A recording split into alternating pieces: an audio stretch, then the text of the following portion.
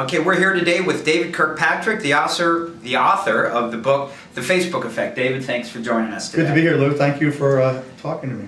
So, before we start, who is David Kirkpatrick? What did you do before you wrote the book? Oh, this is existential. Well, I'm a journalist. I've been writing about tech for 25 years for Fortune magazine and business, management, business, and tech for the last 20 years. I'm a writer, and I've been a magazine writer at Fortune almost my entire career until I left to write this book. And also I'm a conference organizer, and I have a whole nother life doing technology-related conferences, including one I'm working on for this summer called Techonomy. So. Oh, wow. Okay, so you're a Renaissance man. No, I'm just a busy man. Okay. Well, what was the impetus to write the book? Well, the impetus really is meeting Mark Zuckerberg in September of 2006 and realizing that he was not only at the time running a very rapidly growing internet company, but that he was an extraordinary individual who had vision and clarity of a sort that you almost never see among leaders in tech, almost all of whom I know, so I know how to tell the difference. Wow. And, he was 22 or 20, let's see, it was fall of 06, he would have been 22, yeah. Just an incredible, impressive person.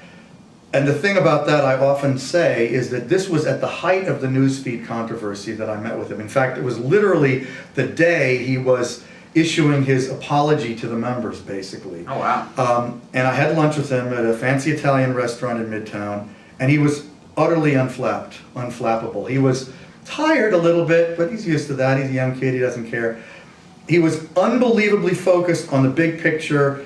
The thing about the newsfeed was a kind of perturbation in his mind at the time, not like the main subject of the lunch, even though we did discuss it. He was focused, as he always is, on the long term. It struck me very profoundly. And I wrote a piece after that with the title, Why Facebook Matters.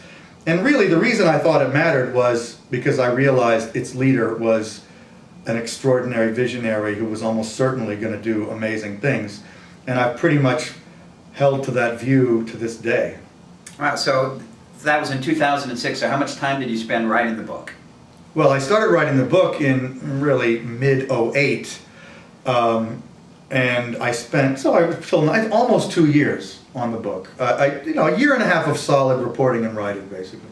So how did you start? Did you start by reaching out to Facebook and talking? Yeah, well, I started, the first thing I had to do was get Mark's cooperation, because I knew the kind of book that I wanted to write, I could do investigative journalism, but that's not really my thing, and I didn't want to make this an investigative piece. It wasn't, if I had to beat my head against the wall, I didn't want to do it. I wanted to write a book that was going to be a natural thing for me, that was going to make a very big set of points, and I'd been looking for a book to write for years. This just came together, and I in January of 08 at the World Economic Forum in Davos, I was hanging out with Mark, as I think I had the year before also, but this time I already knew him because I'd been writing more, and I said to him, hey, I was thinking of writing a book about Facebook, what do you think? And he said, go for it.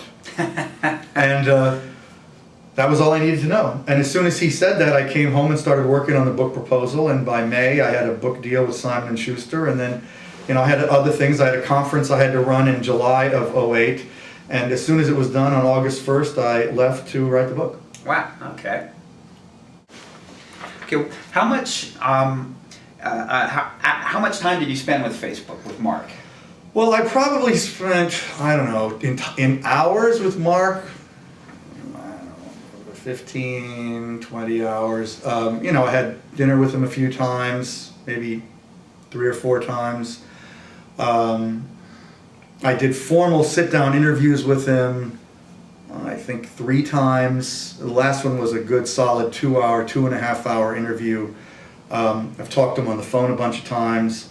I've socialized with them a few times in between. Well, it's really not, really interview, but you pick up a few things here and there.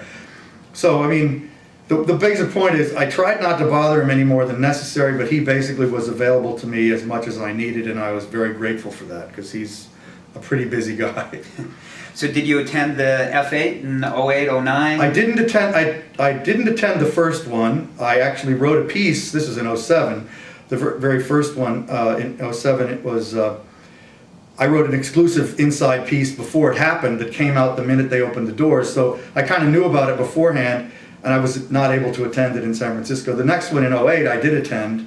It was pretty good. The one last week, because they skipped 09. Last week, I went, and I think it was a huge thing, as I'm sure you've come to agree. Undoubtedly.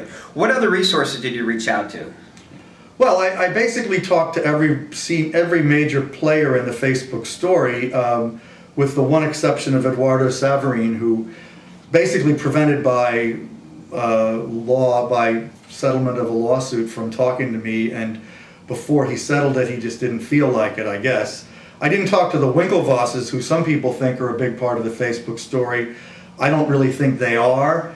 I did a lot of research into. Well, the Winklevosses are the ones who supposedly Zuckerberg stole. Is it two Winklevoss twins and Divya Narendra are three Harvard students who were a couple years ahead of Zuckerberg, who had a nascent idea for a social network that Zuckerberg worked on, and some people say that he stole their idea to make Facebook.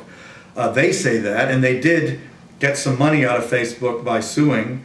That to me does not say that they were right. It says that Facebook wanted to get over that and just get beyond it, as often is the case with lawsuits against very wealthy companies. And so I just don't put a lot of credence in the idea that he stole anything substantial from them. I'm sure he got some ideas from them, but everything they were doing was imitative of Friendster anyway. So, everybody was copying Friendster at the time. For the most part, and the few things they were interested in doing that were not imitative of Friendster had been done already by other services at Stanford, particularly one called Club Nexus that started in, I believe, 2001. Wow. So, there's nothing new under the sun. There were a lot of people thinking about starting social networks at that time at a lot of colleges. One had started at Columbia a few weeks before Facebook started. One started at Yale a few weeks before Facebook started. They just didn't have all the secret sauce and Mark Zuckerberg's that this one had. Sure. So who were the other major players in the story? Well, the major players in the story were Dustin Moskovitz, who was a roommate of Mark's, Chris Hughes, who was his actual bedroom mate. They shared a suite with Dustin and one other guy. Adam D'Angelo, who was Mark's friend from Exeter. Sean Parker, who was what they now call the founding president, who joined Facebook in July of 2004. Matt Kohler, who joined Facebook in late December, early January of 2005, and who was key early player, came over from LinkedIn, and sort of the first real experienced older guy. He was only a couple years older, but and then he was like 3 years older than Parker. And that's pretty much it. Those are the main guys. Maybe there's let's see. Yeah, I think those are the main big players at the beginning. And then, but I also talked, of course, to Sheryl Sandberg, Jim Breyer is key.